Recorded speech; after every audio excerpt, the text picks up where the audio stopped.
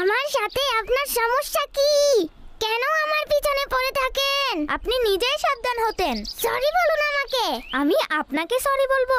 যত বড় মুখ না তত বড় কথা। ঠিক আছে, তাহলে আমি আপুকে বলছি। আচ্ছা আচ্ছা আচ্ছা, সরি। প্লিজ প্লিজ আপুকে বলবেন না, প্লিজ সরে যান আমার পথ থেকে। এখন তো আমি আপুকে বলবোই বলবো। আচ্ছা বাদ দিন না, এদিকে আসুন, আমি আপনাকে একটি ইন্টারেস্টিং কথা বলছি। আচ্ছা বলুন। আমি মোবাইল ইউজ করি। কার মোবাইল? বাবার। বাবার? কিন্তু আমাদের তো এভাবে কারো জিনিস ইউজ করা উচিত নয়। আমার বাবা তো আমাকে চালাতেই দেয় না। আপনাকে কি আর বলবো, কত মজা লাগে। আচ্ছা, যদি আপনি আমাকেও চালাতে দেন তাহলে আমি আপুকে বলবো না। এটা তো ব্ল্যাকমেলিং। আমার মনে হচ্ছে আপুকেই বলতে হবে। আরে না, চলুন ঠিক আছে, আমার পেছন পেছন আসুন। আল্লাহু আকবার, আল্লাহু আকবার। আপনারা কোথায় যাচ্ছেন? বলবো? আপু, তাকে আমার রুমে নিয়ে যাচ্ছি। আচ্ছা ঠিক আছে।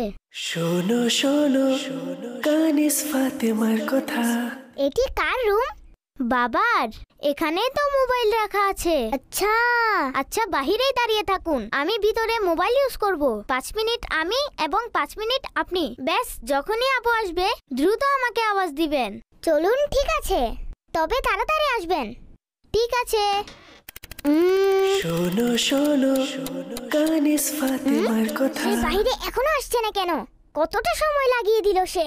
5 মিনিটের বেশি হয়ে গেছে। এখন আমার পালা, নয়তো আমি আপুকে গিয়ে বলছি। আপনি আমার ভালো বন্ধু না, প্লিজ ব্যাস আর 1 মিনিট। ব্যাস এই 1 মিনিটই চালাবেন, নইলে আমি নিজে এসে নিয়ে নিব। আপনি এখানে বাবার রুমের সামনে কি করছেন? মুখে বলুন, এভাবে ঠোঁট নাড়াচ্ছেন কেন? আপু, আপনি? আর রাইকা কোথায়? আপু, সত্য সত্য বলুন, রাইকা কোথায়? শোনো শোনো কানিস ফাতেমার কথা। ভালো মেয়ে। আপু!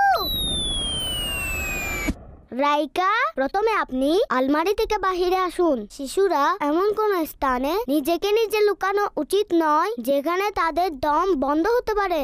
আমি আপনাকে আগেও বলেছিলাম যে অনুমতি ছাড়া কারো কোনো জিনিস ব্যবহার না করতে, আর বাবার রুমেও অনুমতি ছাড়া না যেতে, আর সবসময় মোবাইলও ব্যবহার করা উচিত নয়। এই ইলেকট্রিক ডিভাইসকে নিয়ম বহির্ভূতভাবে ব্যবহার করা অনুচিত, আর মোবাইলে এমন কার্টুন দেখাও অনুচিত যার মাধ্যমে আমাদের আকীদা দুর্বল হয়। এতে কোনো উপকারই নেই। তাহলে শিশুদের কি করা উচিত? তারা না গেম খেলতে পারে, না বাহিরে যেতে পারে, না টিভি দেখতে পারে। রাইকা, যখনই কারো সাথে কথা বলবেন তখন কথাকে অপূর্ণ রেখে এবং রাগ করে চলে যাওয়া অনুচিত। এটি ভদ্রতার বহির্ভূত কাজ। আর আপনি বাবার রুমে উনার অনুমতি না নিয়ে এসেছেন, এটিও ভদ্রতার বহির্ভূত। আর উনার মোবাইল ব্যবহার করেছেন, এটিও ভদ্রতার বহির্ভূত। এখন আমার কথা শুনুন রাইকা, আমরা কিতাব পড়তে পারি, ঘরের কাজে আম্মুকে সহায়তা করতে পারি।